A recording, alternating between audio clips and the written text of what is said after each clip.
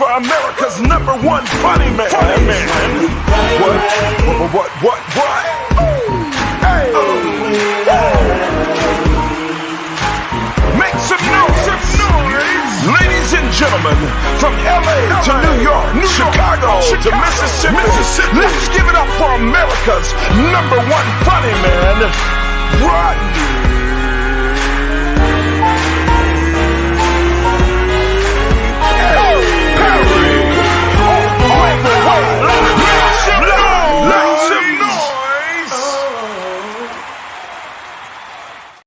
What's up, party people? It's your boy Rodney Perry. This is you gotta be willing to know when you're stupid. And I'm stupid sometimes. So I start the show. You know, I play this little clip right here first.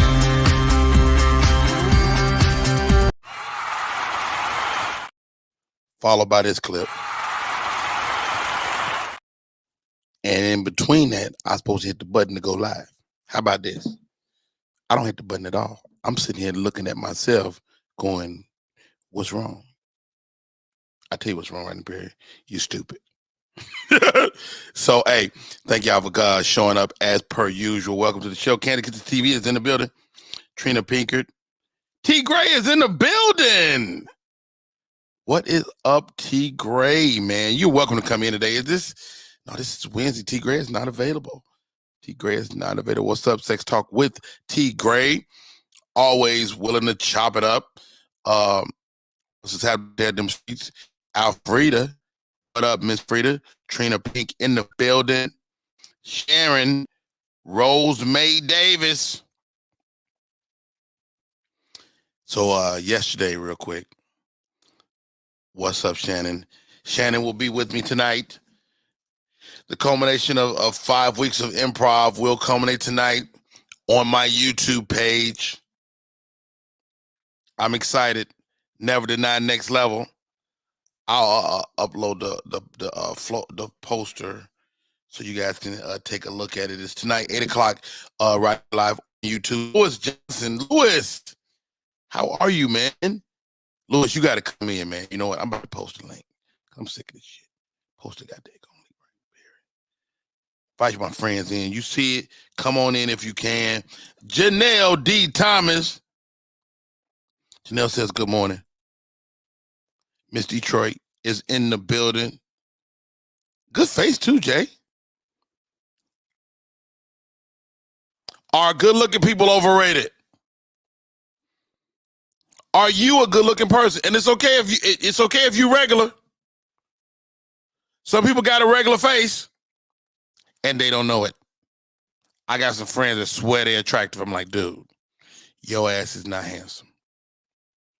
You're just not. It's okay. It's okay to be regular. And there's no disrespect. Some people are regular and don't know it. Your ass, how about this? If nobody ever double take at you. Never. Okay? Mama Miss is in the building. Granny Wowzers. Candy Kitchen TV. You know what I'm talking about too. Double take. Jackie. Again. Sharon. Again. I'm not being disrespectful. You may just be regular. You might just be like, okay, she cute, he cute. But people ain't going, God damn, whoa, to you. You regular faced it. My guest coming up later in the hour. I cannot wait to talk to this lady, man. I became aware of her on social media. Amanda from South Africa, Cape Town, is in the building. Amanda, please come in, sis. Please come in. The link is in there. You are on Facebook. The link is there as well. Janelle says no good-looking people are not overrated. Good DNA. It is what it is. You know what? The reason I asked the question. Shamar Moore, who I think is a great-looking guy. Women go out of their way to diss. I've seen people go out of their way to diss this young man. Jackie, Queen LJ, Thank you to the motherland. Thank you for Africa has been showing up for me. When I look at my analytics, I'm like, yo, when did I get love in Africa? But I was told when I was on Monique's show, Rodney Perry, you're big in Africa. You're big in the UK. Welcome to the show. My name is Rodney Perry. Granny Wilder says, I'm regular, but personality makes everything about me pop. You know what? Personality. Now, I know some good-looking people with horrible personalities. I will absolutely fess up to that. Uh-oh, stop right there. Stop right there. Miss Andromeda says, I've had several women comment that my looks help me in comedy. Most times, they look a certain way, though. Oh, Andromeda saying, ugly girl said, your ass is lucky that you cute. That's what she said. I'm going to read between the lines. Keith, when are you coming to South Africa, Rodney Perry? I don't know, Keith. I got to get down there, man. Thank you for popping in. Sharon says, don't forget to like, y'all. Don't forget to like. Stop right there. Cousins in the building. Cuz, you got to come on. You got to come on today, cuz. We got to talk about your smoke brand. We got to, man, you been coming every day. It's time to get you on the air. This man took care of me. When I was a little boy, I would go visit my cousins on the weekends, and this young man took care of me. And even to this day, if I'm in Chicago, he makes sure I'm good. Jackie, I was an ugly duckling, and it made me get smart. So are you implying that cute people may be a little not smart? Is that right, Jackie? That's what we doing this morning? My miss says, I had my older cousins say the same thing, Drama. Granny Wild, there's no way, Drama. You're amazing in comedy and looking fire doing it. Forget them jealous haters wishing they could be you. Oh, my God. Louis Johnson is in the building. Fabulous comedian. I got a few minutes grabbing my headphones. Get your goddamn headphones, Louis Johnson. 30 years in the game. Slanging these jokes a long time. Jay Walker. What up, Rodney? The legend. Great question. Are you a legend in said profession if you've just been doing it a long time? Let's get my co-host in for today. My running buddy. He's got the funky fresh fedora on. He flexing his muscles. I'm really sick of this guy. I'm going to say it. Why? Because he's a great human being. Ladies and gentlemen, welcome to the show. My co-host for today, Mr. Hollywood Hopgood. He's graduated from the usual suspects. He's a co-host. I'm trying to make it in the naps over everything. I'm trying to make it in the world. Is that naps like sleep naps? Is that sleep naps or hair naps? No, one of these hair naps. There's this comedian, I forgot his name, that runs with Jeff on stage, or what's the guy's name? Kev on stage? Kev on stage. Yes. Yeah, he opens up for Kev on stage. Shouts out to Kev on stage. He got an NAACP Image Award. Go ahead, I'm sorry. So yeah, this is some of his merch. So I always try to. Oh, that is probably the light-skinned gentleman with the freckles. Well, light-skinned dude with freckles? Yes. That is To Hear More. That is To Hear More. Thank you, Kansas City TV. That is To Hear More. Shouts out to Hear More. Thanks, Granny. I don't let it bother me. I just remember I could be miserable. Oh, God. She is so insane. Talk to me about this, Hopgood. The audience is chiming in today. Kev on stage from Detroit. We love him and congrats. Let me tell you something, Hopgood. Did you hear my regular face theory? No. I need you to unpack it. Here's the idea. The first question is, are beautiful people overrated? That was the first question. I'm gonna say no, because you can get in the rooms with a beautiful face. It's what you do with it once you're there. So it's really a commodity. Okay. Unpack that. You can get in the rooms with just your aesthetics alone can get you into certain rooms. Absolutely. Now, what about us with the regular faces? Are we just out of those rooms? We just don't get there? Or No. we gotta get there using other means. Right. My favorite rapper in the whole planet, Jay-Z. Everyone has a level of a genius. You just got to find what it is. Ooh, a level of genius. I like that. Unpack that. So, okay. So, beauty can get you in the room. Intelligence will keep you there. It may or may not keep you there. Right. And people's definition of keep you there, I was there for 30 years. If you wasn't there for a lifetime, it didn't keep you there. Now, one thing this is what I'll give you, Hopgood. I believe in it, especially when it comes to a man. Grooming counts. Everything. Grooming, like your grooming can supersede your good lookingness. If you're clean, ladies, chime in on this. If a man is clean, beard manicured, nails done, feet done, nice clothes, great haberdashery, guess what? People are going to pay attention to him. And I can concur with that wholeheartedly because, again, me coming from a small town, 16 people in my graduating class. Wow. Where you grow up in? A little house on the prairie? Oh, no, that was a metropolis compared to my, really? my hometown. Wow, really? How about that? Boley, Oklahoma. So me going out into the world, I'm really grassrooted. So I had to really grasp on who I was and work that. I was always quick-witted. I was great on the dozens. So right. I would always be able to talk my way into things. And why not get into comedy, or was that just not a thing for you? I'm a good conversationalist, and I can tell some snappy ones, make some people laugh. But a comic is an architect, and it's another thing. It's of a different nature. Y'all guys are amazing. Hold on, stop right there, Hopgood. Okay, Hopgood got a regular face. Rodney Perry has a regular face. Absolutely. And so does Lewis Johnson. Lewis, welcome to the show.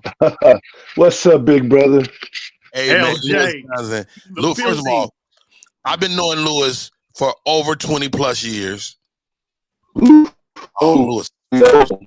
He froze, but he cocking that hat. Oh, yeah. God dang it, Lewis. Let's see if we can get your Wi-Fi together, Lewis, and I'll bring you back on, man. Once I see you moving, you still froze, man. But shouts out to Lewis Johnson, man. A fabulous comedian, been killing the game so many years. That's why I asked him to pop in this morning, and he did. Mama Miss says, this is true. A well-kept man, good spirit. 7 can give a 9 and run. 7. Yeah. 9. Can a 7 give 9 a run? Yes. Yes. Now, your lady is gorgeous. She's a 9.5, 10. What you doing with her? I'm Charles Hopgood. I love it. Confidence is everything. Absolutely. Confidence is everything. You're a member of a fraternity, man. Did the fraternity make you, or did you make the fraternity? It's always not what the fraternity can do for you. It's what you can do for the fraternity. Respectfully. No. The reason I asked that question, because I saw guys that pledged and Kappa. arrived. They arrived. Not necessarily Kappas. They was Omegas. They was Alphas. They was Sigmas. Okay. I seen guys pledge and arrive, and that was okay. They were kind of, maybe like the young lady said earlier, maybe they were ugly ducklings, but they found their way through the fraternity. So let me tell you how Beta Kappa mother chapter in Oklahoma City, first chapter in Oklahoma, how they did it back then. You had to have something. You had to have grades. You couldn't even get in. They have it. They wasn't gonna pick you. You had to have something. Every one of us from back in the day. Now anybody. But from the old guys from the 80s and 90s at Langston University, when you see them now, they the guys. They the guys in every aspect of what they do. Wow. The guy that owns Icy Bench Center, Pratt. Yeah. I know he's alpha because he and I have talked before, so I know exactly who you're talking about. And every one of them has a certain je ne sais quoi. It's a certain quality. Wait, stop. Hold on. Stop right there. Stop right there. What What you're not gonna do is say je ne sais quoi without me. My bit alone gets me credit. Thank you for that compliment. Candy Kisses TV says, "How good?" Said my beard alone to get me in the room. The ladies are loving How Good this morning. Hold on, stop right there. It's the hats for me, she said. The gospel and heifers. That's two comments. GH Shouts out to Lewis. Lewis said, "No worries, big brother. He's on the set. He's out at sea." Oh yeah. You could have told me. I knew it wouldn't work. He's headed to San Juan. Lewis Johnson is doing his thug thizzle. Jackie, I'm a sapiosexual. Sapiosexual. She's looking at your brains. She's looking at them, and that makes a man sexy to me. Yeah. But I beg to differ, Jackie. Okay, what you're not doing is seeing a man walk in the room and go, "Ooh, look at his brains." No, you ain't. You saying, "Oh, I see that print." You saying, "Ooh, nice legs, nice arms. Ooh, he cute." You ain't saying nothing about his damn sapio-ness. And you're correct. We are, and when you look at the women, like, "Ooh, look at her," like you said. But it goes back to what you said, Rodney. Beauty or whatever it is, beauty's in the eye of the beholder. But beauty will get you in the door. What will keep you there is the accessories, the intangibles. Like my beard. I like that. Thomas Ward, if you can come in for a second, man. Okay. How about this, man? When looking at a woman, and I believe what guys think is attractive is geographical. Okay, you from the middle of the country, like I think dudes from Texas, born and raised, are more likely to date a white woman. You ain't got to say nothing. I know you down there with them, so you can't. You sometimes. Anyway. Oh no! Come on now. I know it. I got 2 or 3 friends that live in Texas, and they love white women. And you like who likes you. I'm not mad at that. Okay, let's talk geography.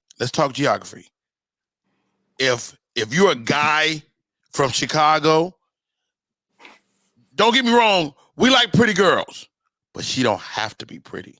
If she got a big fat booty and some banging breasts, guess what? We're wrong with she can look like a damn wildebeest.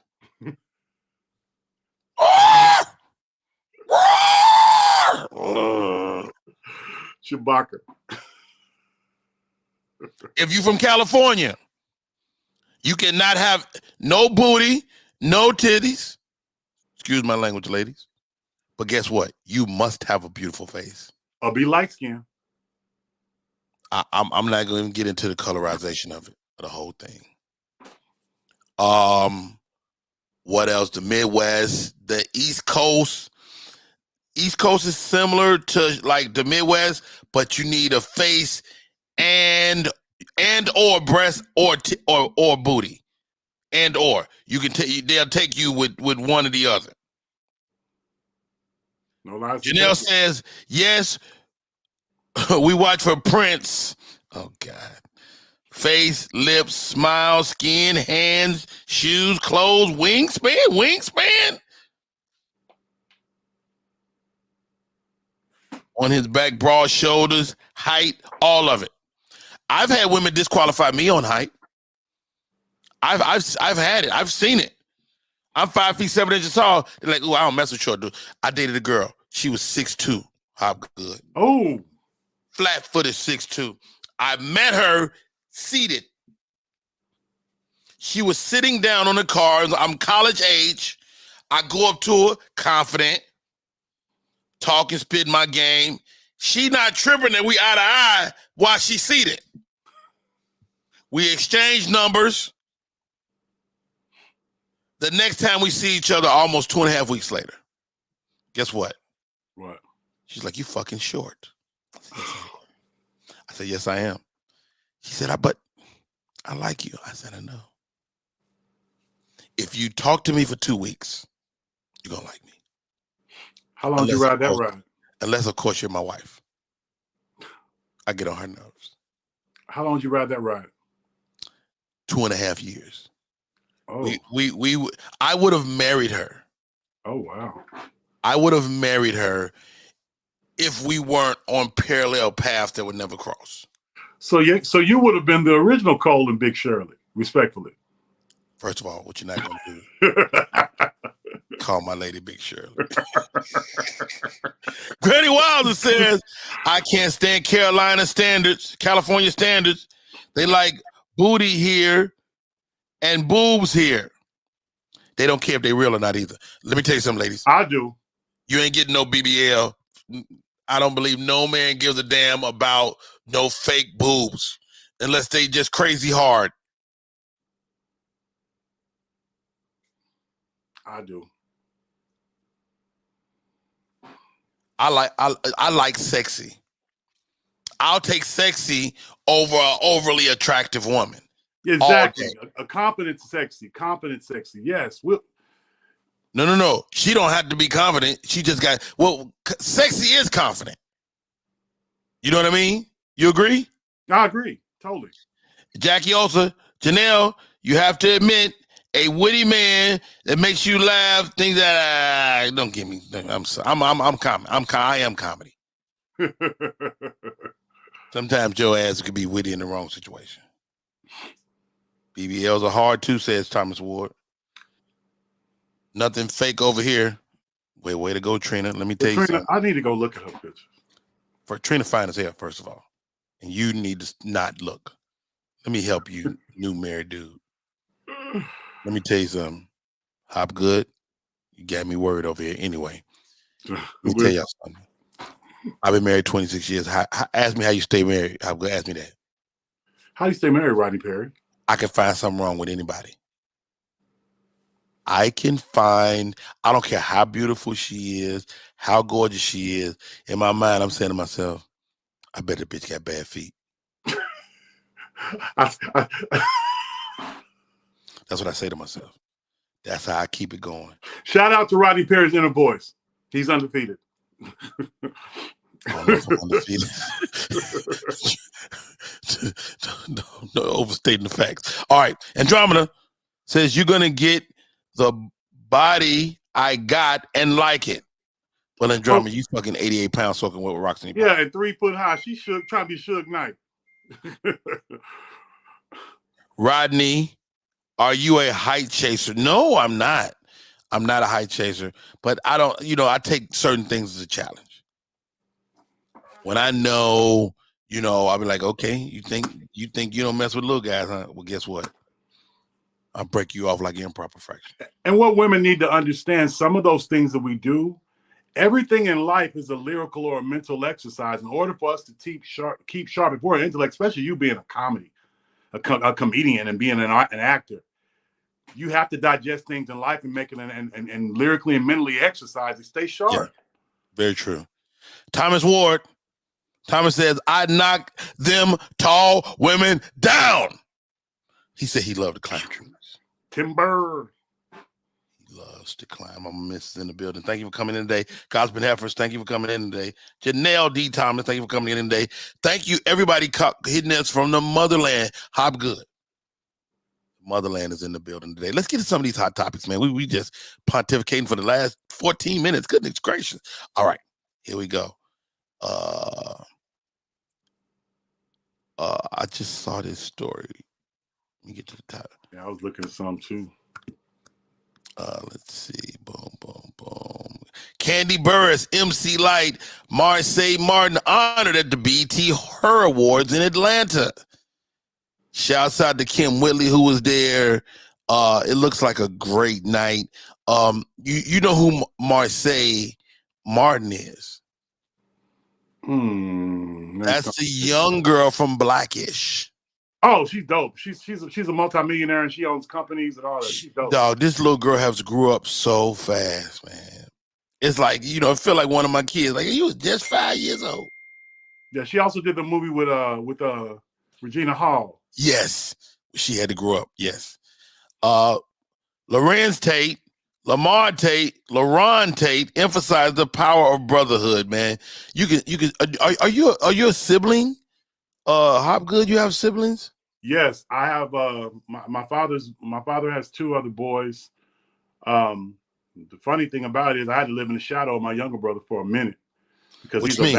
Because he's a basketball phenom. He's 6'9.5", won 3 state balls in Oklahoma and went to play for Denny Crum and then went overseas. So he got 3 high school titles. He got 2 college and he got 3 overseas. And Wow. he was cold. I mean, now his son is So did y'all grow up in the house together, or no y'all didn't? So you grew up as an only child? No, I got other siblings in my mother's children. On your mom's side, okay. Yeah, so every time I say my name, Charles Hopgood, and I'm the oldest. Oh, you Brian Hopgood's brother. You didn't relate to Brian Hopgood? Yeah. Oh, yeah, that's my. Oh, that's your big brother. No, I'm the oldest. Right. You know, for years. Right. Let's talk about birth order, man, because people don't really talk about that. There's a responsibility to being a number one. Boy, it's unsung, man. Like with my dad, I don't have the ability to mess up hard. I can't.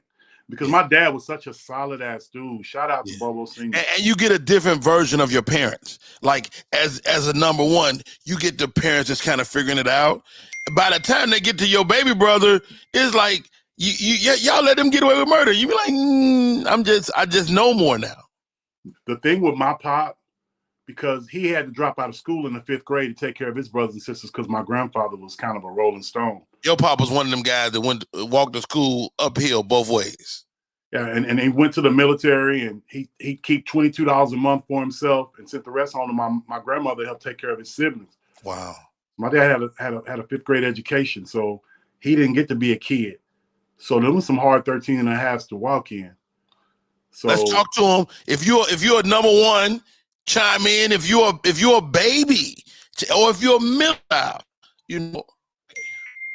Hold on. Let me see. Hello.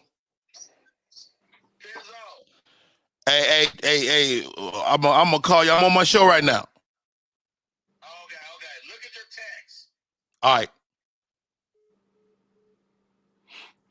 That's my man. Hold on. Am I? Why didn't it? Okay, that's why I didn't do that. Let me see. My man, Griff. He didn't send it yet. Okay. Everybody got a friend named Griff. Everybody got a friend named Griff. I got 2 friends named Griff. Boy, I got another hot topic right here. Ooh-wee. Pick up the phone, punk. All right. But what was I talking about? Okay. Sex talk with T Gray. T Gray says I'm the oldest of 5. I'm the oldest of 5 as well. And how about this? If you marry somebody or get with somebody that's something other than your oldest, like that's a conflict point. Like my wife is a middle child, but she operates like the oldest. Like her number one don't embrace being a number one, so that kind of slides down. Am I right? What you think? Well, because like let's say for instance, if you're the eldest and your mom expects you to do some stuff, and your wife maybe being the baby, she don't understand the responsibility that you have, and that could cause a conflict, especially if their family is not knitted the way yours is. Conflict, you know, when. But I don't know if it's the fabric of the family. I think just if you're number one and you marry a baby, that's a good mix. Somebody that was the baby, because you're gonna take care of them. Right, but the baby sometimes might have a problem with you telling them something. They've been told stuff their whole life. Facts of life, and they push back on that sometimes. Oh yeah. Can't get this TV. I'm the youngest, but I didn't get away with nothing. My brother swears I did. You did. You did. You did. As a number one, to anybody that's a middle or a baby, guess what? Your parents weren't the same parents. So you didn't get away with stuff on them. They just didn't approach you the same way. She turned state's evidence on her brother and sisters one time or another. For sure. Catechist TV says, my mom is the middle child and swears she's the supervisor of all things and everything. But again, sometimes that middle could have to operate as the eldest. Or Sometimes that middle, because if your elders don't take that or get on crack or some shit, then you might be stuck trying to figure it out and have to guide the family, have to be the oldest kid. Absolutely. Wow, this is a great conversation. Hey y'all, my name is Rodney Perry. You're tuning in to Rodney Perry Live. Let me do this, man. I got to bring in. First of all, if you haven't had a chance to check out my show, I got a show on what is it called? Tubi. Tubi. Thank you, Hop Good. That's some co-host shit right there. You came through. You grabbed the word out of my brain in the air. Trina Picker said, she's the oldest. Okay, beautiful. Okay, Sharon, Rosemary, I'm number 4 of 6. So you kind of a double middle. So you got 2 in the middle, right? You got a baby. You got, I couldn't even have to share the middle. Oh, goodness gracious. She didn't get no middle. You just a weird little 4th child. The youngest gets away with a lot. Come on, guys. A whole lot. Right. Here he goes. It's on Tubi right now. It's called Comedy Hustle. Check it out. Yo, what's up? It's Roy Wood Jr. You are rocking with the homie Jay Davis, and this is the Creative Hustle.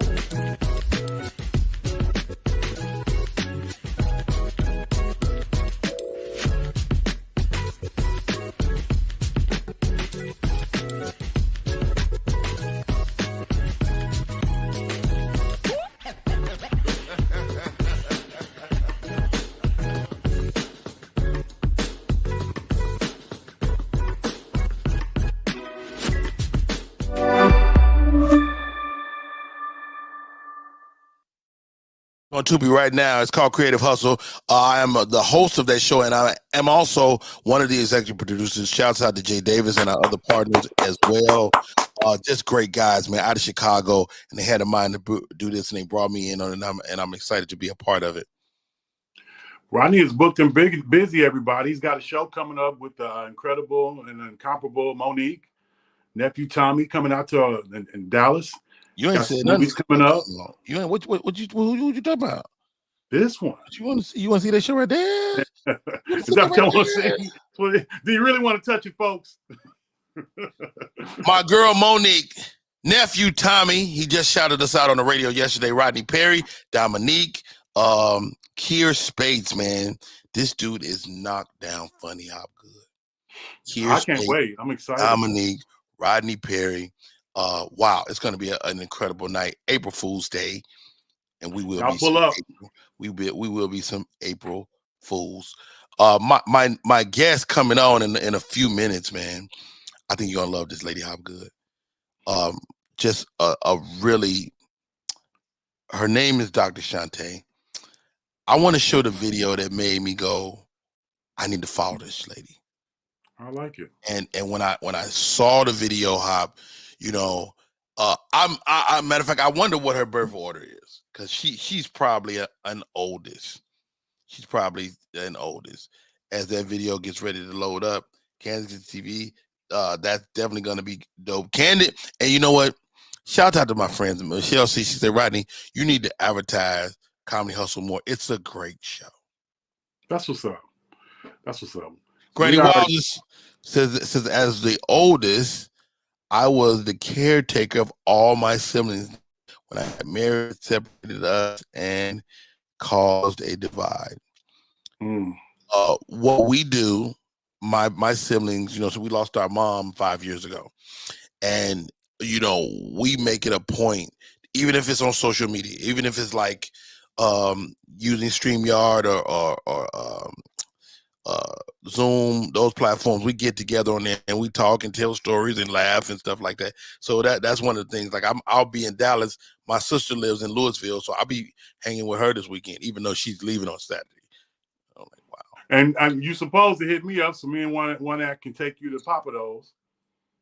I'm on the ground Thursday evening. Let's get together Thursday evening. You know, maybe grab a little bite to eat. Maybe go smoke a cigar. I'm with it. Oh, Cigar International be popping. Huh? You'll love that. You'll love Cigar International. All right. I like black on. Is it black on? I don't know if it's black owned, but we take it over. I mean, it ain't. That's all. Enough said. I'm there. I want a good smoke too, and I haven't been smoking, so this is good. No cigar for me, says Andromeda. Let me tell you something. Andromeda will train you. we'll give you a bubblegum cigar. How's that? No, I'm not doing that. All right. So she'll be on at 50 minutes after the hour. Her name is Dr. Shante. Check her out. I'm going to try to tell the shortest version of this story possible. Years ago, there was a famous mathematician. His name was Yuri Treisman, taught at UC Berkeley. And in his class, his Asian students were doing amazing and his black students were flaming out of that class. And so this bothered him. He asked his colleagues, why are they flaming out? And his colleagues gave him a bunch of answers like, well, maybe they came from unprepared schools and, maybe they just don't understand the rigor. And he was like, nah, you can't get into this school without having like the academic chops, like something is up. So he asked his black students, he said, can I observe you for the next couple of weeks and just see how you're engaging with this material? And what did he find? He found that the black students were actually studying more than the Asian students. But the key was they were studying alone. And the Asian students were studying in community. Fast forward, he made it mandatory that everybody would learn in groups and have learning communities. And within a couple of semesters, the black students were doing equally as well as the Asian students. What's my point? Stop trying to do everything by yourself. Stop struggling in isolation. Stop pushing help away. Stop feeling like I don't need anybody. Like, no, okay?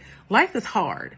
And you can only take yourself so far. Self-made is never entirely self-made. Somebody had somebody somewhere give them a hand, an aid, a chance, something. So stop trying to do everything yourself and see how far you get this year.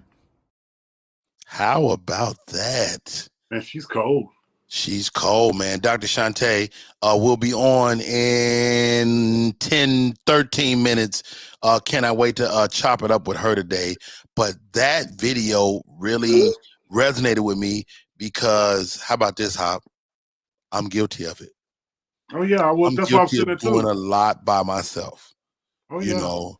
And it's very difficult for me to take help. Whether it's, from family, like Candy came and helped me, and, my sister Sherelle helped me, Charlie Coleman helps me, but it's hard for me to take it, to receive it. Is anybody like me? Is it hard for you to receive help, man? Are you guilty of that, Hop? Compliments too. Really? Talk to me about that. What do you mean? Because, man, I've had the stigmatism pushed in my ear. A lot of people, we go through trauma and we don't realize it's trauma until we start unpacking and understand how smart we are. We understand our limits and our triggers. Being called and picked on, because like I said, remember I always laugh about my nose, my big nose. I was picked on a lot. I stood in my 8th grade yearbook. Some of the chicks was trying to holler at me in my adult life, wrote mugged in my yearbook. So I've always thought that I wasn't, I always had it drilled in my head. So when someone tells me, oh, you're put together, you're handsome, I'm bashful with that. Or I'm like, That's trauma. That's trauma. Yeah, and you know what? We all have this stuff. Sex Talk with T. Gray says, think about how it applies to how we grow in comedy. You know what? I got a direct story for that, T. Gray, and I'm glad you said that. Like, somebody said, why you don't tell me when you got shows? Because when I was a Rudy Poo, and I would tell people to come to my shows, they never came. Like, I saw a young lady at a show. I did a workout on Monday, and her best friend was there. Her friend was there. And I was like, wow, I was 10 years into comedy for my friend came to see me. That wasn't a comedian. Wow. Or like some of my first cousins, my cousins that's like my brothers, they would not come see me. I still, to this day, 30 years in, got some uncles that, man, I ain't going that shit. Yeah, but I see him at family reunion. It is what it is. Oh, yeah. But that has affected me inviting people out now. I'm like, your ass need to buy a ticket. And man, and it's hard because really you're moving in such you're moving and you're trying to perpetuate, and you don't want to unpack that because you're afraid of what it'll do to you, and plus you got other stuff to worry about. Yeah. Build your team. Build your team. There are people that want to help you. Candy Kids TV, I typically work by myself because no one offers help. They might not offer. You might have to ask. Wow. Let's talk to Jackie. I brought my Uber driver to a show once because I needed 5 people. Oh, I never subscribed to the Bringer shows. Oh, I hate it. I hate them. Oh, they big up in the Great Hopgood. Okay. Mama Miss says, I'm guilty too, but it definitely comes to how I was raised. I was considered smart and expected to be perfect. Wow. Now that's one that's hard to unpack. Think about that, Rodney. Somebody earmark you. Classic example, Jordan's son. Everybody thought that Jordan's kids was going to be able to play hoop. Right. You imagine having to unpack that? Michael Jordan, your daddy? And Michael Jordan ain't doing nothing else. He ain't showing you how to cut no grass. Exactly. Matter of fact, Michael Jordan probably didn't even show you how to drive. Michael Jordan may not know how to drive. Because people been driving around. He showed Marcus a thing or two. Shout out to Marcus Jordan. Wow. Alfreda Jackson says, my mother is a Virgo. She is a true giver like Rodney Perry. I am a true giver. That is a fact. Shout out to Alfreda's mother. Shout out to Alfreda's mommy. Shouts out to everybody's mother, man. If you still have your mother, call your mother today. Indeed. Call your mother today. Honor her. And if not her, somebody else's mama. Indeed. You know, one thing since my mom passed away, I find myself gravitating to other people's mamas. Yeah. Gospel Heifers, this is true. We have producing our own show for years, and you guys have help built in, but you may need you guys maybe need an intern just to help.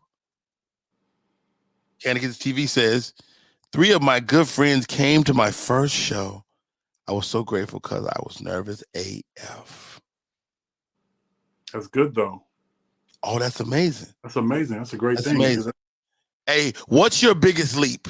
Your biggest from point A to point B? Like, what's like? Maybe I'm not saying this right, but like your biggest growth spurt as a man, from what age to what age? Like or what time? Like a time in your life? Like I know a time in my life I grew exponentially over that couple of week period or a couple of month period.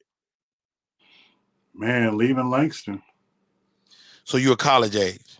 Mm-hmm. Okay, so you're about to go into manhood. You're about to go. You're not gonna be in school no more. And over that summer, you grew exponentially. I joined the military. I left school because I couldn't pay for it no more. Oh wow! And then I decided to, and this is right after Gulf War. And I don't know if I knew you were a vet, man. Yeah, 8 years. Thank you for your service too, Rodney. I did 8 years. I did exactly 8 years. And I looked up and I looked in the mirror. I said, okay, I can't come up with this money for school no more. I can't DJ and make enough money to pay for school. I'm getting bored with this, but I don't want to be a bum. So I decided to join the military. And that was one of the best things I could have ever done for myself. I've only done 4 things in my 53 years on the planet: a student, military, and the automotive industry, and what I do now. Wow. So I thank God for placing it on my heart to do that. So it was the moment I left Langston and joined the military, I really evolved into a man. Now, did you walk into a recruiting office, or did you meet a guy, or like how did it happen? How did you decide to finally? Of course, you took the ASVAB test. You knew about it, but like what happened? Like how did you join the military? I picked up the phone and called the Air Force first. Okay. The recruiter didn't call me back. I called him 3 times. Get out of here. Right. So then I thought about, I said, well, my daddy was in the Army. You know what? I'm doing stuff like him anyway. I'm going to call. So I called this recruiter, and he was just getting ready to go to lunch. He said, I'm getting ready to go to lunch. And I said, man, I need you to help me. And he says, okay. So I initially went in as a reservist, and then got out, was out 2 months and went back to active duty. I said, nah, I can't be out here with y'all. Y'all doing too much. And went right back in. Wow, that's interesting. That's interesting. So here's my story. I get out of high school.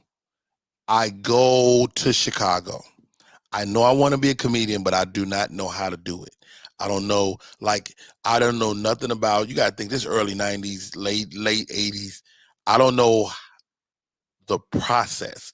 I don't know to go to open mics and that. I don't know nothing about that, but I know I want to be a comedian. So after a couple of weeks in Chicago, my grandmother and my uncle and them started going, you grown, you need to get a job. That get out the house conversation. It ain't to get out the house, it's the what is you gonna do conversation. What is you gonna do? I go back to Louisiana because my mama gonna give me at least a year. You know, my mama got me back. God rest her soul. God rest her soul. So I go back home. I take a job. I start working at Walmart. I open a Walmart store, 1193. Laid the carpet and everything in that mug. Really? Yeah. Okay. Worked at Walmart. I left Walmart. I get Walmart. I get another job at a place called Shoe Town.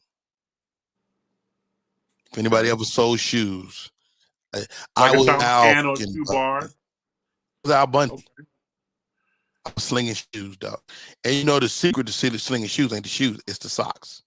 It's all the other shit you sell. Like, you know, a pair of shoestrings, you get a nigga to buy some shoestrings, they consider you a great salesman. But anyway. Damn, I sell shoes for a period of time. I'm going to my job at the shoe store in Monroe, Louisiana. I walk and it's hot. I got 5 miles. No, that's a lie. I got maybe 2.5, 3 miles in front of me. I'm walking. Recruiter pull up. It's hot. I'm already sweating. I ain't even a block in. He said, hey, brother, can I give you a ride? Where you headed? I said, well, I'm headed to work. And I'm thinking to myself, this nigga might be gay. Come on. No disrespect, but I'm handsome. You know, I'm a good looking guy. So I'm like, this nigga trying to holler at me. Right. He said he might be Eddie Murphy. Go ahead. But first of all, what you're not gonna do. What's up, Solo? What you're not gonna do is talk about Eddie Murphy. Anyway, I'm walking to work and the recruiter stops. He gives me a ride. He's in uniform, he's in a white vehicle. And on that short trip, 2 or 3 minutes, he pitched me. You know, that's cold. He pitched me on the trip. He's like, look, man. He said, man, why you not in school? I was like, I'm actually going back, next month, blah, blah, blah, da, da, da. He said, man, I can get you money for school. And he pried, and I got a daughter on the way. He said, you got to do what I'm offering you. You have to, because you're going to be able to take care of that little girl. And sure enough, nigga, hop good. No bullshit. 2 weeks later, I'm in San Diego in boot camp. Wow. Or less. You went quicker than I did. Yeah, I had no delayed entry. I was gone. They didn't lie to me. They didn't have to lie to me. I was up out of there. Time of your life too, wasn't it? You know what? I was in peak shape. Like I look at myself now. Let me tell you something. I'm good. Young Rodney Perry. Like I see little fat comics now, and they young and fat. Yeah, I was a specimen. Our era was never young and fat. That's why I never. The 50 years old, the 50 that's walking around now. You're right, Coco Fresh. I took that little gay ride. I did. That's why I said I'm never gay. Because if he would have been gay, he still wouldn't get no ass. He wasn't getting no ass. I'm sorry, how good I cut you off. What'd you say? Man, if you look at the people that were 50, that are 50 years old now, the people like you and I in our era, we were specimens. And we ate pizza and we did what we did. We would just the food now that they're serving, I think it's in the food now, right? Because we ate horrible. And we still had 6-packs. Dude, I was a specimen. Oh, young Rodney Perry, man. That nigga was something else. But let's talk about this before we bring the doc in. The doc will be here in any minute. How many times were you in potentially life-threatening situations? And this is for everybody listening right now. Fresh Tarot, Galen, Andromeda. Like, I have been in life-threatening situations at least 5 or 6 times in my life. 13.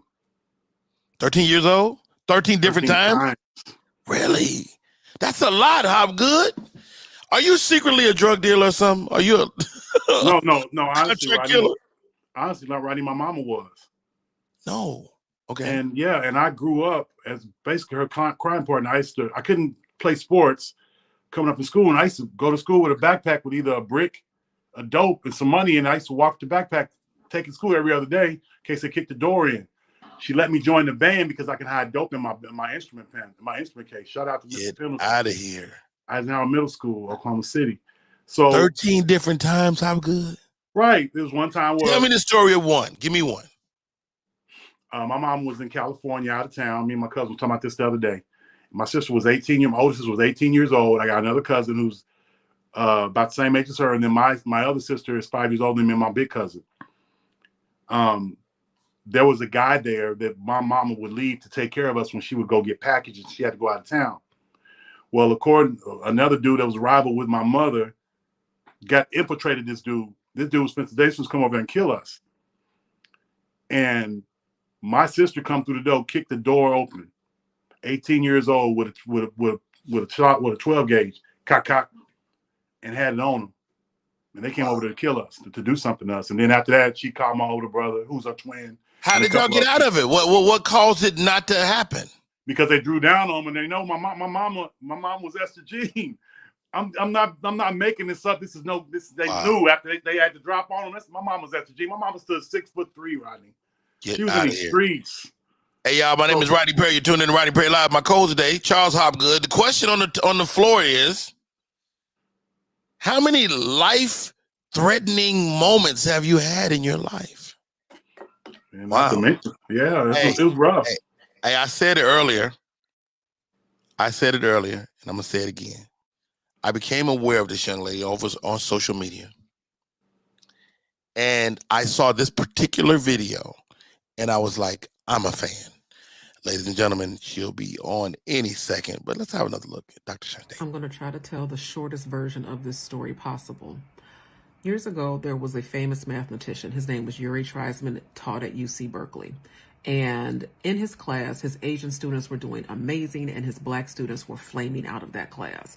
And so this bothered him. He asked his colleagues, why are they flaming out? And his colleagues gave him a bunch of answers like, well, maybe they came from unprepared schools and, maybe they just don't understand the rigor. And he was like, nah, you can't get into this school without having like the academic chops, like something is up. So he asked his black students, he said, can I observe you for the next couple of weeks and just see how you're engaging with this material? And what did he find? He found that the black students were actually studying more than the Asian students. But the key was they were studying alone. And the Asian students were studying in community. Fast forward, he made it mandatory that everybody would learn in groups and have learning communities. And within a couple of semesters, the black students were doing equally as well as the Asian students. What's my point? Stop trying to do everything by yourself. Stop struggling in isolation. Stop pushing help away. Stop feeling like I don't need anybody. Like, no, okay? Life is hard. And you can only take yourself so far. Self-made is never entirely self-made. Somebody had somebody somewhere give them a hand, an aid, a chance, something. So stop trying to do everything yourself and see how far you get this year. How about that? Hey, y'all, my name is Rodney Perry. You're tuning in to Rodney Perry Live. Welcome to the show. I didn't know this when I first had the conversation with this young lady. She is from Chicago, Illinois. She feels like Chicago to me. There was a certain familiarity of Chicago people. First of all, we everywhere. How about that? Ladies and gentlemen, welcome to the show, Dr. Shante. Welcome, Doc. Hey, Rodney. Thank you for having me. Chi-Town is in the building. In the building. Hey, and I saw you and your husband stepping. I don't know if it's your husband now, but I saw y'all stepping, on your page. I was like, get it then. I'm not married. That's how social dancing is. It's like, it's not about, hey, girl, how you doing? It's like, you want to dance? Let's dance. And so we got down and did the doggone thing. Yo, first of all, Doc, thank you so much for coming on. Like I said, I saw that video, and I was telling Hopgood earlier, I'm guilty of that.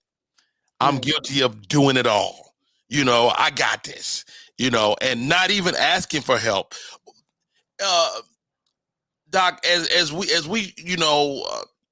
especially black men, as we navigate this life, how do we ask for help?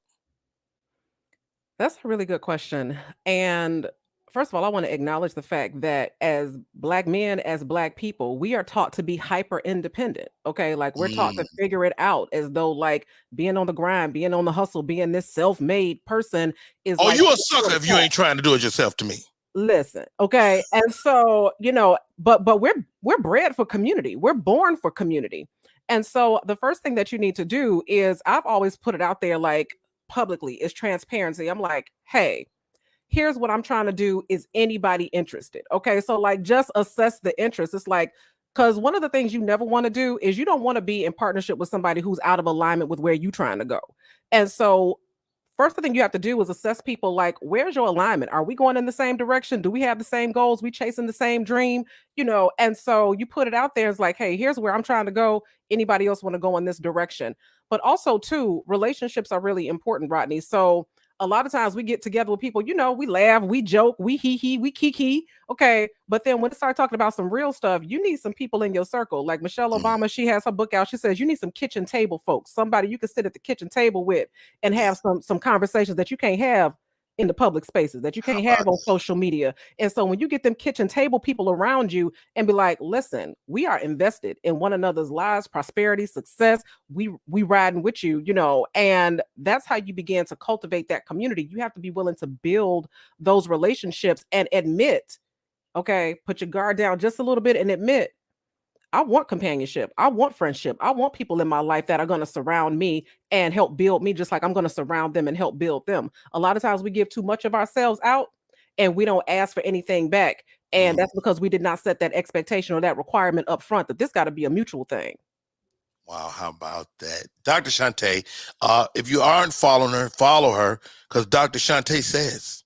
Hey. Yo, as we text this morning, man, I did want to unpack a couple of things, Doc. John Morant, we're seeing this young man, and we only got 3 minutes. We're going to go to the top of the hour, and then we'll come back. But I'm looking at this young man, and usually in my mind, if a professional athlete has a father, he's got a better chance. Yeah. But this young man has a father, 2-parent home, and still waving a gun around, man. I mean, what's your thoughts? So a couple of thoughts about Ja. This is just, you can just chalk it up to poor decision making, because I'm gonna be honest with you. What is he, 23? Yes. Okay. Let's look back at our 20s and the things that we did that we were not proud of when we were, in our 20s. And the whole world wasn't looking. And the whole world wasn't looking. You and I grew up in the era before social media, before there was about personal brands. So number one, he's just not at a level of maturity where he can, now he's like, okay, there's real consequences for my actions. This is happening on a public stage. But the other thing about that too is that, Rodney, we're driven by incentives. It's either a financial incentive, a social incentive, or a moral incentive. So the question for Ja is, bro, who are you trying to impress? What kind of clout you trying to build? What is it that within you that with all the success that you have, that you are still feeling enough of a void where you would put your career in jeopardy, put your teammates' careers and their games in jeopardy, put your family out there in the street? Like, who is it that you're trying to garner favor for that you would do something as foolish as waving a gun around in a nightclub and then go so far as to, like, how it is to get on the gram? It ain't just getting on the gram and scrolling. You went live, brother. So that was poor decision making on his part. And, you can call it youthful indiscretion in your 20s, but he's going to learn. Yeah. He going to learn whether he like it or not. He going to learn today. You going to learn today. Hey, y'all, it's Rodney Perry. You're tuning in to Rodney Perry Live. We're talking to Dr. Shante. What we're going to do when we come back, we're going to talk to Dr. Shante about Dr. Shante. I want to let's find out, where you come from. Is she the oldest? Is she the youngest? Well, let's find out. I bet money Dr. Shante is the oldest. I bet money. We don't say nothing. Don't give it away, Doc. All right, we're gonna take a break. We'll be right back. Rodney Perry Live. Oh yeah.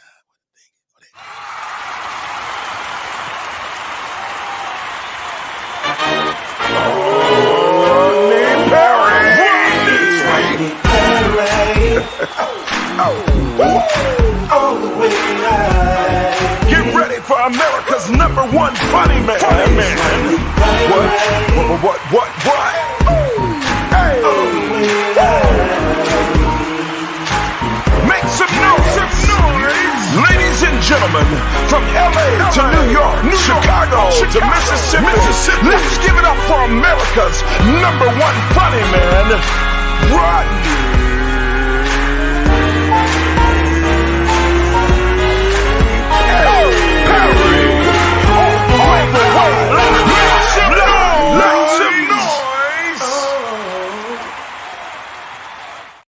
Back in full effect. My name is Rodney Perry. You're tuned in to Rodney Perry Live. We do this show every single day. If you're listening on a podcast platform, thank you for listening. If you're watching us, YouTube, Facebook, Media Room 360, however you're finding us, find us. We appreciate you. Dr. Shante. Hey. Born and raised Chicago? Question mark. That. Born and raised in Chicago, south side of Chicago, Michael Reese Hospital, which doesn't even exist anymore. I was about to say, I don't think that's still. It's not. Yeah, it's long gone. Grew up on 70th and Troop till I was about 11 or 12, and then after that, my mom took a job out of state, and so we kind of moved around a little bit, and I made it back to the Chi right around 6th grade. Okay, and so I've been here ever since. So you're a real Chicagoan. Like, I don't feel like I'm a real Chicagoan no more. Because I've lived everywhere. We leave my junior year of high school and never come back to live. Oh, okay. To live. So, siblings? 4 siblings, and you're right. I am the oldest. I am. You're the oldest. There's no other reason for you to impart all this wisdom on the world. Listen. Unsolicited wisdom. When you're the oldest, you are like the first one through the gauntlet, brother. Like, you learn some things. You learn things about your parents that your younger siblings will never find out about because you was the guinea pig. And so they was like, yes. Oh, let me figure it out on you. So I don't do that with them. You know what? How crazy is that, man? That we were kind of unpacking birth order earlier today. And, I really like I think like that's one of the things that create a void in some of our relationships, because if you're a number one, you either need to marry a number one or somebody posing as a number one. Like, listen, because the expectations are different, the requirements are different. Like my wife is a middle child, right? But she operates kind of like a number one because her number one never embraced the role. Mm-hmm. So she kind of moves like a one, but she don't want it because she's a middle child. Mm-hmm. She don't want the responsibility. And she don't understand why I have to do certain things because I'm number one. Because you're the number one. And the thing about it is that that's another one of those family dynamics where the middle child has really a bird's eye view of what's happening on both sides. It's like, okay, how's the baby being treated? What's the oldest doing? And they actually have like a little bit of luxury to figure out, how do I want to, play it? But when you see that the oldest is not stepping up and you see that there's a void to be filled, the middle child usually just wants everybody to be happy. They the Rodney King. They can't we all just get along? And so they just try to figure out, how can we make the crooked path straight versus the oldest. I talked about this at a video on TikTok where I talk about how sometimes the oldest child is what they call parentified, and all of a sudden you have these adult responsibilities thrust on you at a very young age. Watch your brother, watch your sister, cook them breakfast, make up the beds and things like that. And so you're being trained. Okay. Yeah. You're almost an extra parent. That's exactly what it is. And what tends to happen is as you grow older, it's hard for you to get out of that role. And sometimes it causes a rift between you and your parents because you're like, you know what? I didn't really have a childhood. I wasn't able to join the basketball team. I wasn't able to get on the cheerleading squad because I was picking up kids from daycare and I was the overnight babysitter. And, it can create some resentment and some grief because you never get that time back. And so, it's important to recognize in that birth order. It's also important to establish relationships, and parents need to be mindful. Don't put too much on your kids because they only kids for just that amount of time.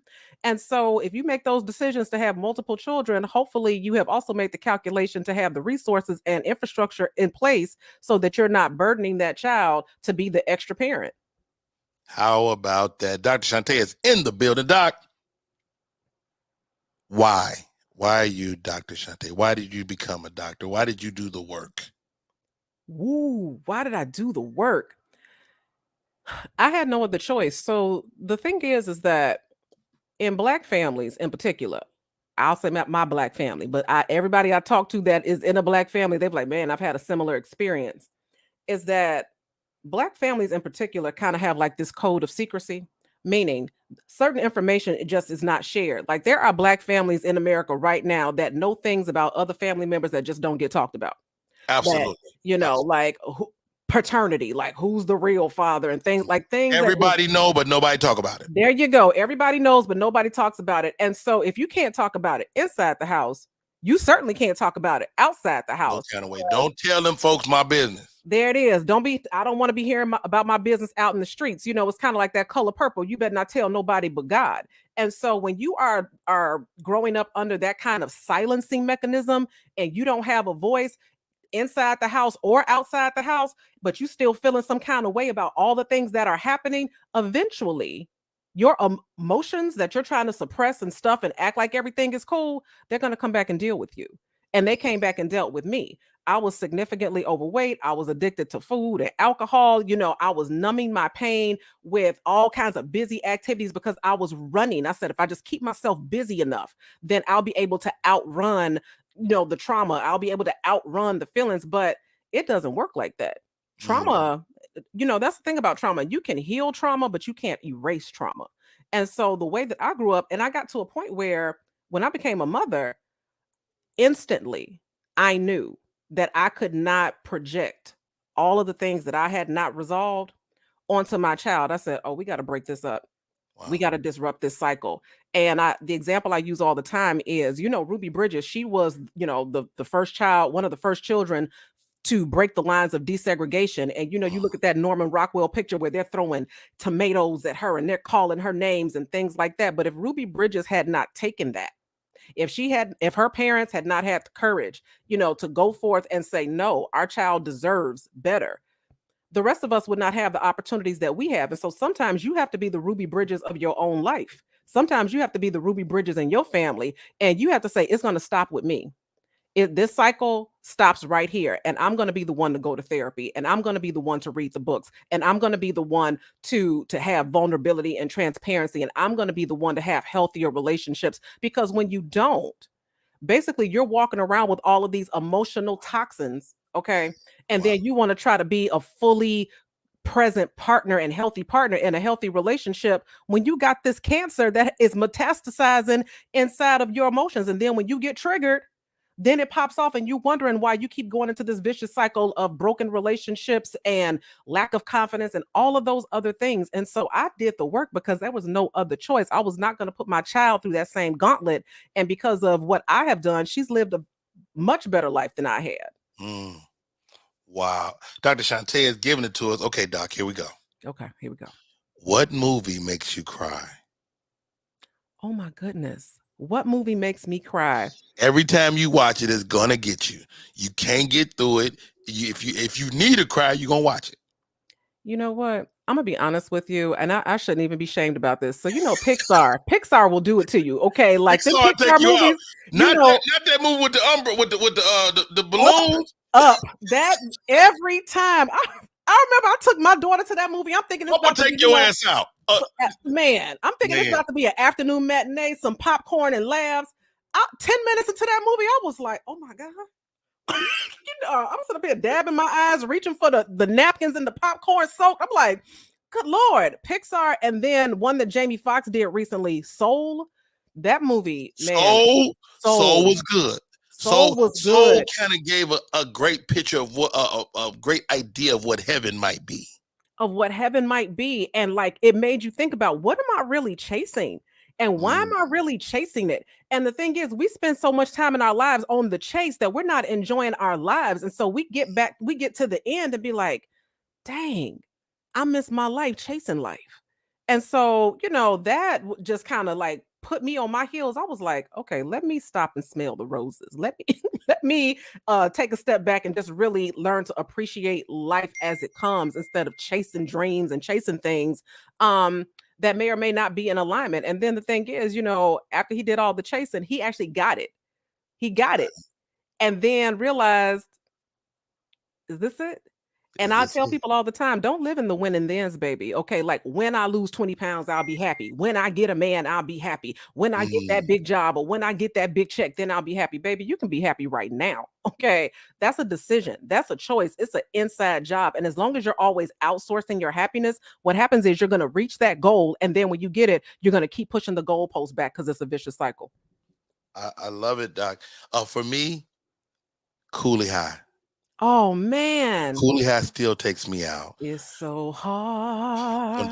Don't do it, Doc. To say goodbye. Don't do it. Man, Coach Cheese.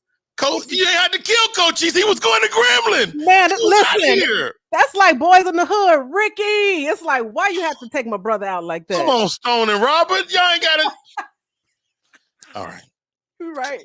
That takes me out. And I like movies where people overcome incredible odds, like sports movies.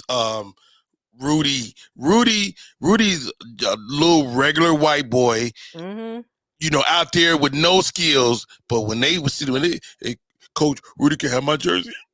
Man, when they say hard work beats talent, when talent don't work hard, you got to work hard. Come on. You got to work hard. It's a lot of people that are mad talented, and they think that's enough. That's not enough.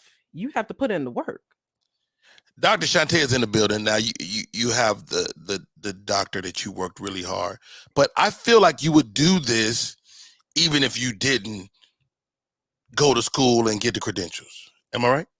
100%. So, like I said, you know, my childhood, as they say, was no crystal stair. Okay, it wasn't a walk in the park. I've been through some things. It was violent. It was chaotic. It was uncertain.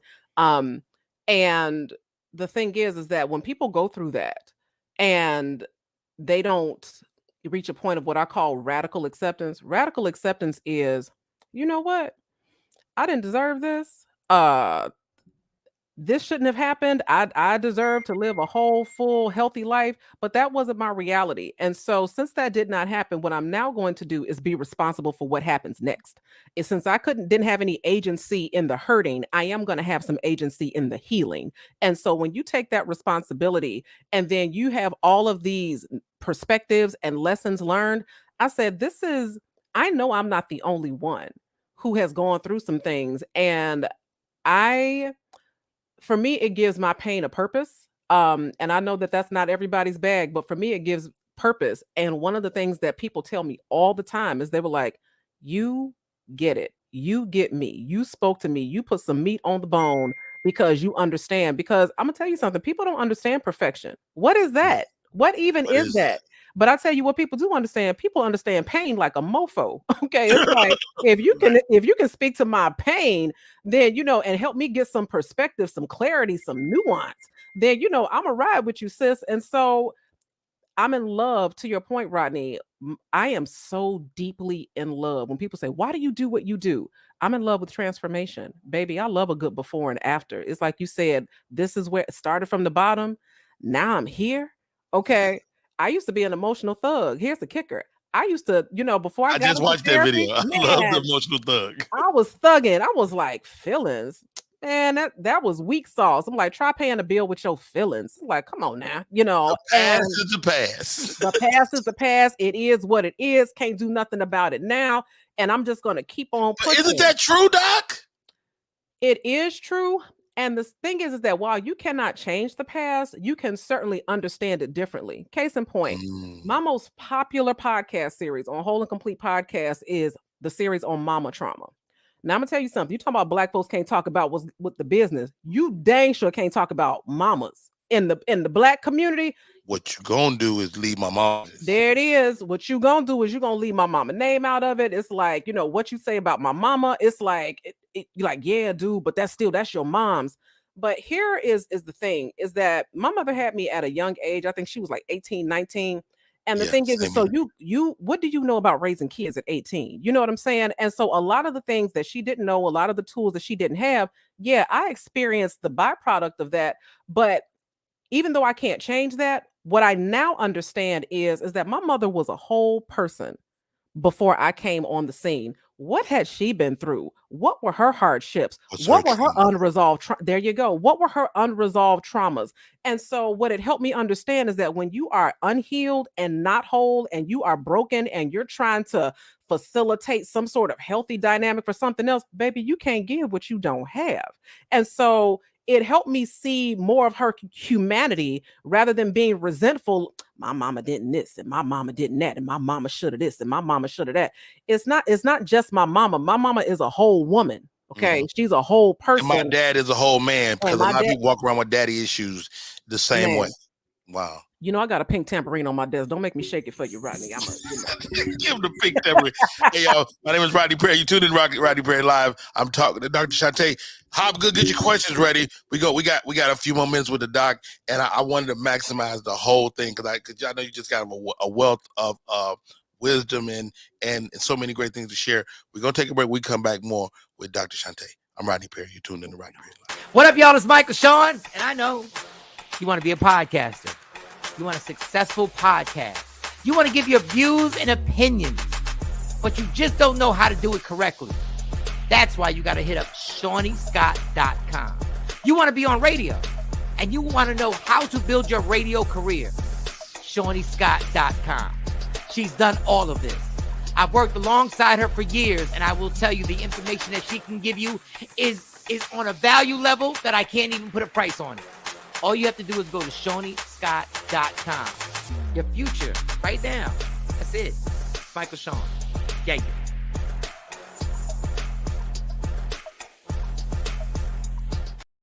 My friend Shawnee Scott from Media Room 360, my partner in crime over here putting this show together. Dr. Shante. yes, sir. Mental health is a hot button issue. It is. Everybody's talking about mental health. You went in on the great Kanye West, and I you did. said, Rodney Perry, and everybody listen to my podcast, I'm here for the smoke. I'm here for the smoke. I stand by what I said. I said what I said, and then I said it. No, of course, Kanye is on record. He is medicated. He is an absolute genius, though. He is. He is like, I think the guy is crazy like a fox. I think the guy is way more in control than we even know. He's Yes. excessively talented. He's a brilliant thinker. And yet he has some challenges, some unresolved issues and challenges. You know, a lot of people kind of say, like, I like the old Kanye. What they're talking about is I like Kanye before his mom died. Yeah, Like that seemed to be like that's his turning point. there it is. Okay. It's like once he lost his mom, he didn't just lose a mother, you know, like that was He lost a confidant. He lost a friend. a friend, He lost a lot. somebody that was willing to hold him accountable, somebody that knew him since he had ashy knees and was like, look, boy, you know, somebody that can pull your collar, tap you on the shoulder, not as a matter of control, but as a means of like, here is kind of like the line. Okay. And Here is the love. here's Here is the love. right. You know, when you lose that kind of love in your life, it affects you in ways that are unbelievable. Because here's the thing, you know, about Kanye West, I would even say Will Smith.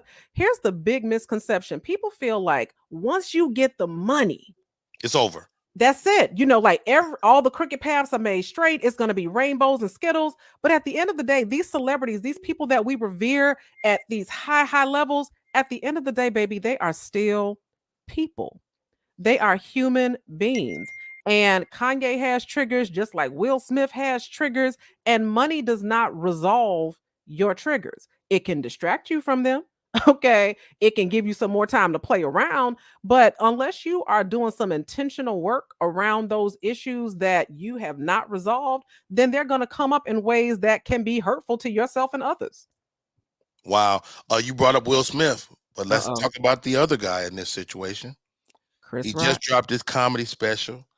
You know, my comedian cohorts either love it or hate it. Mm-hmm. But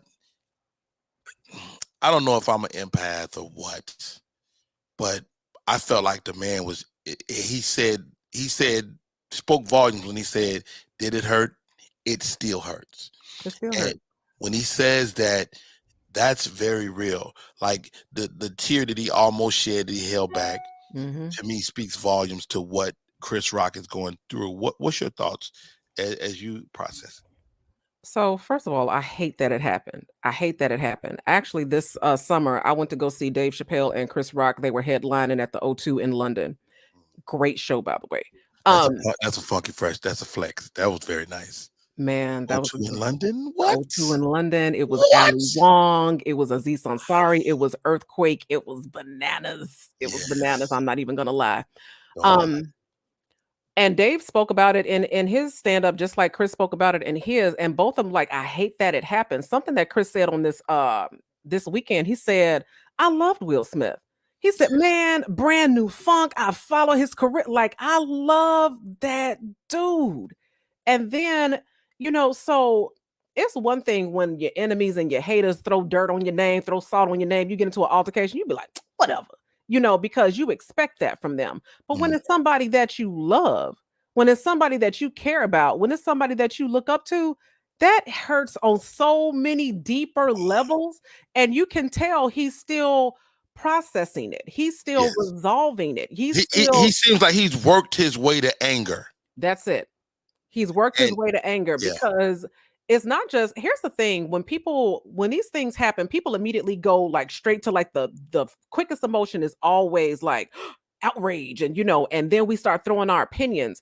But when the smoke clears and the dust settles and all of that, there's a lot of grief in that. Okay. Like you are now mourning the loss of the relationship you thought you had, the respect that you thought you had, and then as Black people, one of the things, I work at a predominantly white college, and I tell them all the time, I said, being a Black person in a predominantly white environment, one of the things that we are conditioned to do is not to make white people uncomfortable. So it's like, and so people was like, well, Chris didn't react. It's like, listen, okay. He said, I have parents, and my parents taught me, you don't fight in front of white people, and so, and it would have been something that was not about them. Like the Oscars are not about Will Smith. The Oscars are not about Chris Rock. The Oscars are about the Oscars and the talent and everybody in the room that worked so hard to get there. And it was their first time, all of that. And so I appreciate that in that moment, Chris didn't make it about that. But I can also tell that as he's processing it and the humiliation that he experienced, that was so public. Okay. Yeah. That man is still hurting and Will is still hurting. And, I'm not going to pull the Rodney King and can't we all just get along? But I do believe that there is an opportunity for healing and for conversation. Okay, for conversation. All right, Doc, stop right there. I'm going to say it. I'm going to say it because you tiptoeing around it. All right. Can we blame Jada? Can we blame... I'm married, been married 26 years. My wife can shoot me a look from 100 feet away that will calm me down. Or she could turn me up. My wife can turn me up. Yeah. So I think Jada had an opportunity to turn him down and she didn't. I don't disagree with you. She 100% had an opportunity because just like Will knows his wife, Jada knows her husband. And once she saw him getting up, because if that had been my husband, the minute I see you getting up, the minute I see you getting loud, I'm reaching over and I'm like, babe, not here. Not now. In that moment, Will Smith needed a Claire Huxtable because Claire Hanks Huxtable would have never, let Cliff pop off on that stage and do some craziness like that. He needed somebody like that. But because she did not do that, and it became the spectacle that it did, I do think that there was an opportunity, not blame, but did she have an opportunity where she could have intervened differently? 100%. 100%. And here's the key. You asked me about Ja earlier. Will Smith made a mistake. Ja Morant made a decision. Okay. Like Ja. Will Smith is 50 years old. Ja Morant is 23. Come on now. Okay. When you think about, I'm big on de-escalation. So a lot of times I'll run a situation back and I'm like, where was the moment where this could have taken an off-ramp and gone in a completely different direction than where we landed? With Ja, first of all, when you walked in there with the gun, bruh, why are you in the strip club with your shirt off? Bruh, You know, why you getting on Instagram, bruh? Why Come on you going live, bro? Like there were so many, bruh. There were so many off ramps before you got to that ultimate place that it's like it's hard to, it's not that I don't understand, like I said, youthful indiscretion. We make piss poor decisions, when we're young, but it's also the piece where it's like, bruh, you had a lot of opportunity. And who was around you, Ja? What kind of friends you got that could have intervened and been like, bruh, you ain't about that life. Don't go there. Okay, you don't go there. One of my friends has done security for John, and he was telling me that the guy is pretty together. He's a pretty together. He makes sure everybody is good when he's around. He don't leave nobody. He's a good kid. Yeah. But again, he's also susceptible to his friends. He's susceptible to the people that's on his payroll, for God's sake.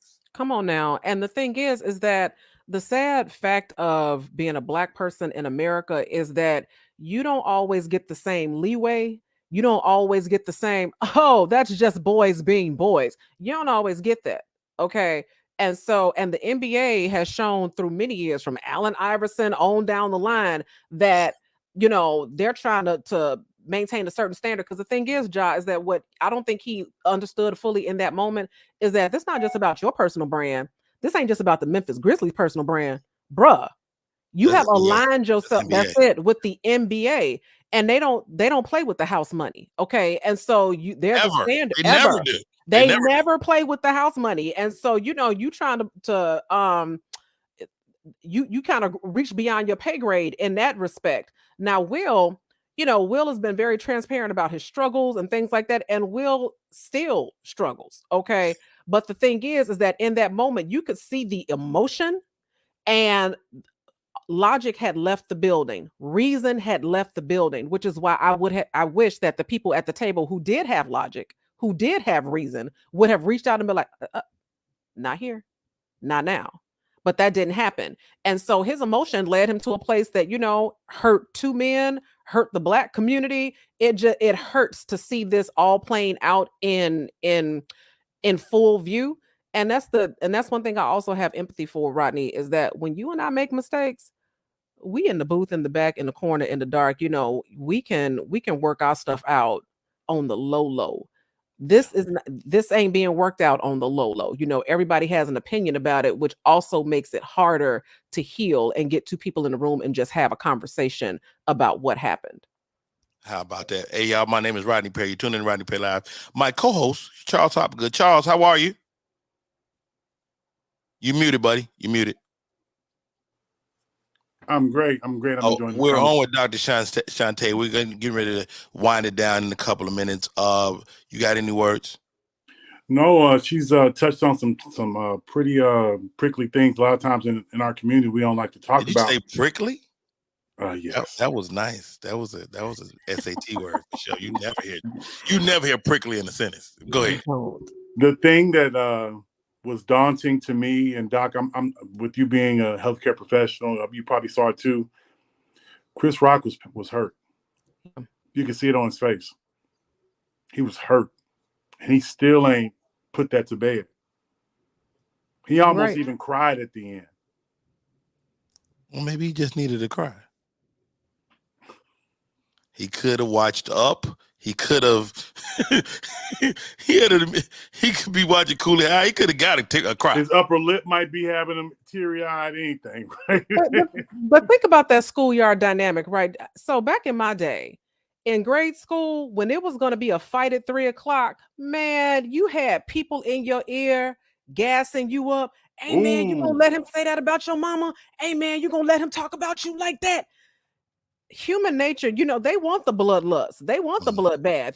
There are more people that will film a fight than will try to break it up because they want to put it on World Star. They want to put it on live. They want to tell everybody. They want to be the one to tell everybody. Again, everybody's driven by some sort of incentive. And so some people are driven by those social incentives. So now take that schoolyard dynamic and magnify it by 10,000, because you got everybody in your ear, and you got podcasters, and you got YouTubers, and you got, basically the known world saying, what, you gonna take that?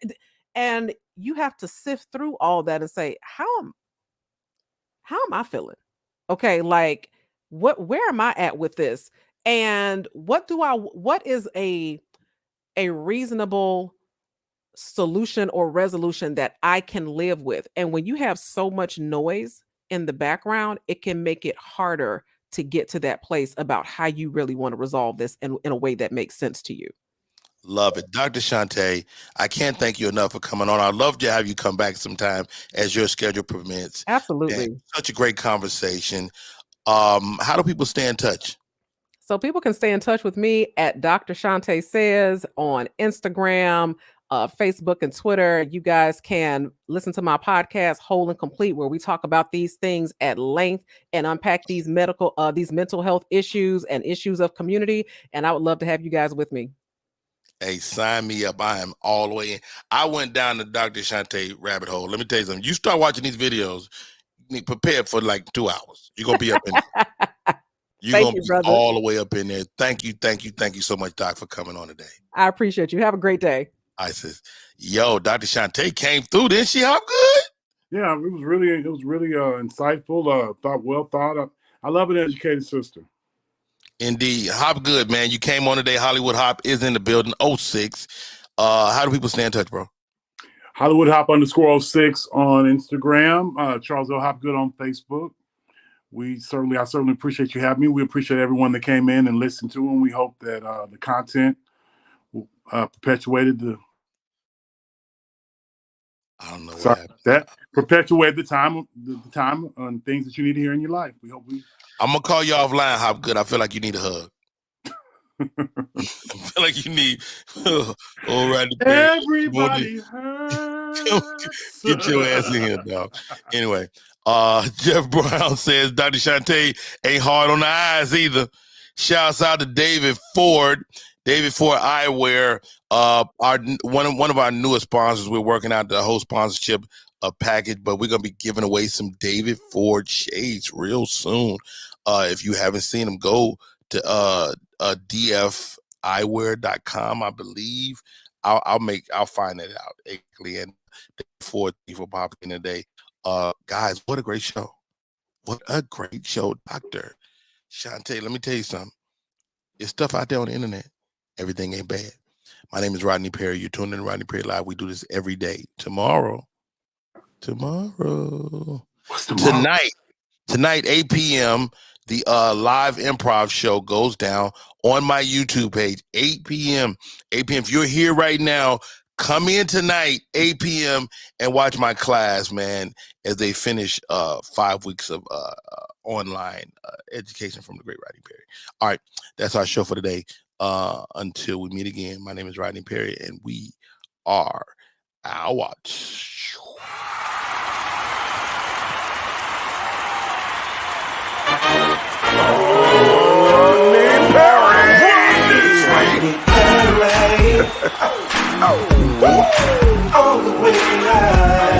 Get ready for America's #1 funny man. What?